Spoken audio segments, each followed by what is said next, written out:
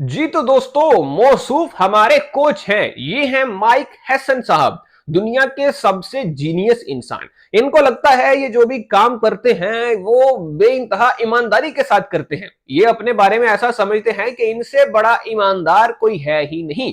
ये बिल्कुल अनबाइस्ड हैं, बिल्कुल इनका इनका जो है वो किसी की साइड नहीं लेते। ये बिल्कुल प्रोफेशनलिज्म को मानकर चलते हैं, हमेशा प्रोफेशनल रहते हैं। इनके लिए कोई लाइकिंग डिसलाइकिंग नहीं होती, ये इनको लगता है। या हमारे कुछ ऐसे जाहिल लोगों को लगता है जिनकी आंखों के आगे पट्टी बंदी हो रखी है।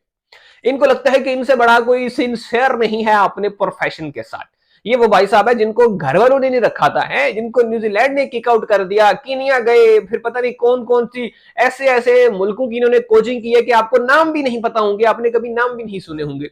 फिर जब इनको किसी ने नहीं रखा तो फिर उनको लाकर रख दिया मेरे दोस्त इस्लामाबाद यूनाइटेड वालों ने। फिर इनकी किस्मत चमक गई और ये आ गए सीधा पाकिस्तान की इंटरनेशनल टीम की कोचिंग करने। अब जब ये कोचिंग करने यहां पर आ ही जाते हैं तो फिर इन्होंने अपने वही रंग दिखाने शुरू कर दिए।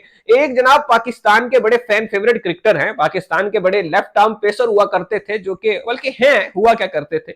उन्होंने ये बात बताई थी कि भाई मुझे एक न्यूजीलैंडर ने कहा था कि ये कोच तो तुम्हारा आ चुका है, ये तुम्हें तिगनी का नाच ना नचा दे तो फिर देखना, इसका वायरस बड़ा खतरनाक है, देखना ये क्या करेगा तुम्हारी टीम के साथ। और अब आखिरकार वो वायरस हमें दिखना शुरू हो चुका है दोस्तों। पहले हमने मोहम्मद रिजवान वाला वो इंसिडेंट देखा, जिस तरह मोहम्मद रिजवान को ओडीआई की कैप्टनसी से हटाया गया और फिर उसके पीछे किस तरह की खबरें निकल कर आई कि कोई पैलेस्टाइन का इशू था, कोई इस तरह का इशू था, कोई उस तरह का इशू था।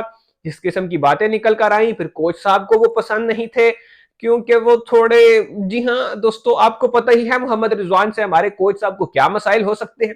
तो वो हमने ऑलरेडी बातें सुनी। फिर ये वही कोच साहब हैं जो पहले ये सब किया करते थे, अब प्रेस कॉन्फ्रेंस में आके क्या बात कर रहे हैं। वो कह रहा है भाई हमने फखर जमान को इसलिए ड्रॉप किया है कि वो, बल्कि ड्रॉप नहीं किया, हमने उसको रेस्ट दिया है। वो चाहता था कि मैं ओडीआई में आकर परफॉर्म करूं, इसलिए हमने उसे इधर रेस्ट कर दिया। भाई वाह, क्या बात है कोच साहब आपकी। ये बंदा कह रहा है मैंने फखर जमान को रेस्ट करवा दिया क्योंकि मुझे लग रहा था, मतलब फखर जमान कह रहा था कि उसने ओडीआई में परफॉर्म करना है, अपनी टेक्निक बेहतर करनी है, इसलिए हमने उसे फर्स्ट क्लास खेलने दिया, उसको रेस्ट करवा दिया। Well done sir, well done. लेकिन ये जो आपकी लास्ट स्टेटमेंट थी उससे कोई मैच नहीं करता। मतलब लास्ट टाइम आपने कहा था कि बाबर आजम की जगह नहीं बनती क्योंकि बाबर का स्ट्राइक रेट इशू है, फखर जमान बेस्ट है, हम इसलिए इसको रख रहे हैं। अब आप कह रहे हो नहीं भाई वो फखर तो ओडीआई की तैयारी कर रहा है। नहीं, मतलब जो आपका T20 का बेस्ट बैटर है वो ओडीआई की तैयारी करने चला गया। भाई मुझे मसला नहीं है बाबर आजम टीम में है नहीं है, बल्कि मैं तो खुश हूं कि बाबर टीम में आया है? फखर जमान बाहर गया, जो भी हुआ, हमें इस चीज से कोई इशू नहीं है। लेकिन इशू कोच साहब आपसे है कि आप कहते कुछ हो करते कुछ हो। है ये दोगले चेहरे, ये मुनाफिकतें, भाई ये कहां से लेकर आए हो, कहां से सीख कर आए हो। हमारे प्लेयर्स में जो मसाइल कोच साहब पैदा कर रहे हैं, कोच साहब जो चीजें चाह रहे हैं, जो करना चाह रहे हैं, वो अगर मैं आपको यहाँ पे खुल के बता दूं तो आप यूं करके कानों को हाथ लगाओ कि भाई साहब एक किस तरह के बंदे ना पाला पै गया साडा। क्योंकि कोच साहब हमारे काम ही कुछ ऐसे कर रहे हैं भाई। अपने कोचू साहब जो है वो प्रेस कॉन्फ्रेंस में आकर कहते हैं, जवाब में बड़े जवाब खूबसूरत अंदाज में जवाब देते हैं। कहते हैं जी देखिए जी, फखर जमान जो है वो ओडीआई की तैयारी करना चाह रहे थे, टेक्निक बेहतर करना चाह रहे थे, इसलिए मैंने ऐसा कर दिया। बड़े सर, बड़े आप तो अनबाइस्ड है सर, वेल्डन, बहुत अच्छे। आपकी ये जो अनबाइस्ड नेचर है, आपकी ये जो किसी लाइकिंग डिसलाइकिंग में ना पड़ने वाली नेचर है, वो हमने मोहम्मद रिजवान के केस में देख ली। वो हमने बाबर और रिजवान को जब आपने टीम से बाहर किया था तब हमने देख लिया था। वो जब आप शदाब खान को पूरा जोर लगा के टीम में लाना चाह रहे थे, हमने तब भी देख लिया था सर। वो बहुत अच्छे से हमने देख लिया था आपकी नेचर कितनी पोलाइट है, कितनी स्वीट है। एक प्रेस कॉन्फ्रेंस में आकर ये बंदा कहता है हसन नवाज तो जनरेशनल टैलेंट है, उस जैसा टैलेंटेड प्लेयर ही कोई नहीं है। अगले ही मैच में उसको ड्रॉप कर देता है, बल्कि पूरा टूर्नामेंट खिलाता ही नहीं है। फिर कहता है जी ओ मैं तो बड़ा प्रोफेशनल हूं, मैं अपनी बात का बड़ा पक्का हूं। भाई इतना ही जनरेशनल टैलेंट था तो उसको बाहर क्यों बिठा दिया फिर आपने।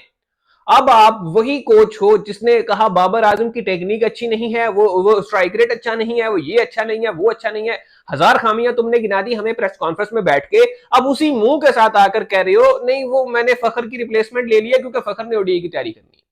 भाई अगर उसमें इतनी खराबियां हैं तो क्यों उसे लेकर आ रहे हो वापस टीम में। उसने कौन सी परफॉर्मेंस दे दी। उसने तो मेरे ख्याल में उसके बाद से T20 मैच नहीं खेला है, ना कोई लीग खेली है, ना कोई डोमेस्टिक का मैच खेला है। वो किस परफॉर्मेंस की बेस पे आप उसको फिर वापस लेकर आ गए हो।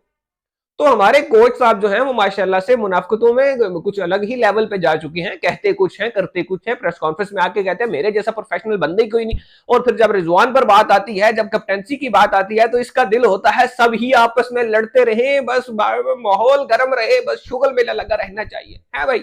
अब आपने ओडीआई का कैप्टन शाहीन को बना दिया, मतलब बस समझ रहे हो ना, समझ रहे हो आप सारी चीजें समझ रहे हो ना कि क्या सीन चल रहे हैं, क्या कहानी चल रही है। हमारे कोचू साहब जो हैं इनके शर से बचिए भाई साहब, इनसे बचकर रहिए वरना कुछ भी गड़बड़ हो सकती है, अभी भी बहुत कुछ गड़बड़ होगा। ये जो कोच हमारे आए हैं माइक हैसन साहब, मुझे लगता है ये बंदा समझ गया है, सिस्टम को समझ चुका है। हमारे यहाँ वही इंसान चल सकता है जो सिस्टम को समझ जाए। गैरी क्रिस्टन और जैसन गिलिस्पी जैसे लोग हैं, वो सिस्टम को नहीं समझ पाए थे, वो जो है ना वो ज्यादा ईमानदार रह गए थे। वो सिस्टम को अगर समझ जाते तो उनका भी काम आसान हो जाता, लेकिन शायद वो सिस्टम को नहीं समझ पाए, इसलिए हालात ये बने हैं कि अब मामलात जो हैं वो कंट्रोल से बाहर जा रहे हैं। माइक हैसन साहब ज्यादा गेमा ना खेडो उस्ताद जी, ना होवे तोड़ तू बड़ा खिडारी आ जाए तो नाली गेम हो जाए।